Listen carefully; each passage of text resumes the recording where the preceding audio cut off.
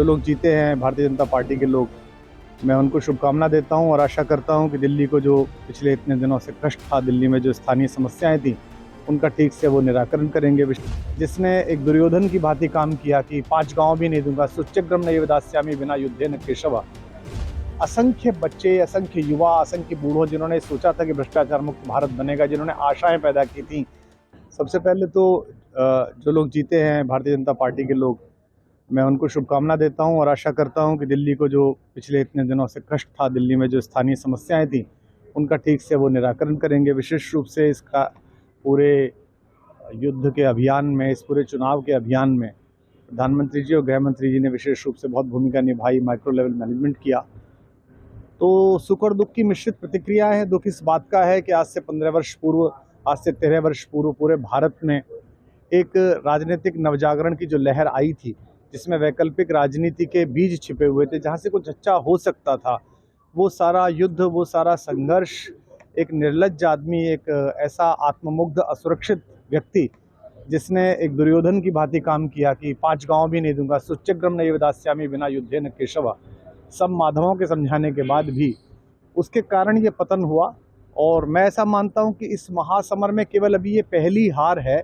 जो करोड़ों लोगों के निष्पाप सपनों की हत्या का अपराध उन लोगों ने किया है, उसके दुशासन ने किया है, उसने किया है, उसका दंड प्रकृति उन्हें अभी और देगी। केजरीवाल जी भी अपनी सीट से हाथ धो बैठे हैं, वो भी हाथ धोते हैं, अब क्या देखते हैं? मुझे लगता है कि, और मैं आम आदमी पार्टी में जो बचे हुए कुछ कार्यकर्ता हैं, जो किसी लोभ से, लालच से वहां बच गए थे, या जिनकी आंखों पर अभी भी पर्दा पड़ा हुआ था, नहीं निकला, जो इस व्यक्ति का सब कुछ जानने के बाद भी साथ खड़े हुए थे, मैं उन बच्चों से भी अनुरोध करता हूं कि अपने जीवन के विषय में सोचें, अपने अपने कार्य क्षेत्रों में लौटें, किसी राजनीतिक दल में जहां उन्हें जाना है वहां जाएं। कम से कम वो राजनीतिक दल झूठ तो नहीं बोलते, वो राजनीति करते हैं तो कहते हैं कि राजनीति करते हैं, वो ये तो नहीं कहते कि हम कुंभ में आश्रम खोलेंगे, हम तो महामंडलेश्वर हैं, और करते इस प्रकार का दुराग्रहपूर्ण व्यवहार हैं। सो मैं उनसे भी आशा करता हूँ कि वो भी इससे बाहर निकले, अपना जीवन संवारें, क्योंकि यहाँ से कोई लौटने की राह अभी बची नहीं है उनके पास, उनके जितने कुकर्म हैं। आप जब से इसकी स्थापना हुई है पार्टी की, तब से इनके साथ थे, अब इस तरह की स्थिति है, क्या बोलते? नहीं, देखिए, मैं तो मेरी राजनीतिक टिप्पणी करने का कोई वो भी नहीं है। मैं तो केवल ये है कि आज का दिन एक ऐसा दिन है जो मेरे जैसे असंख्य करोड़ों, मैं तो फिर भी लोकप्रिय हूँ, ईश्वर की कृपा है, भगवान राघवेंद्र सरकार की कृपा है कि जनता प्रेम करती है,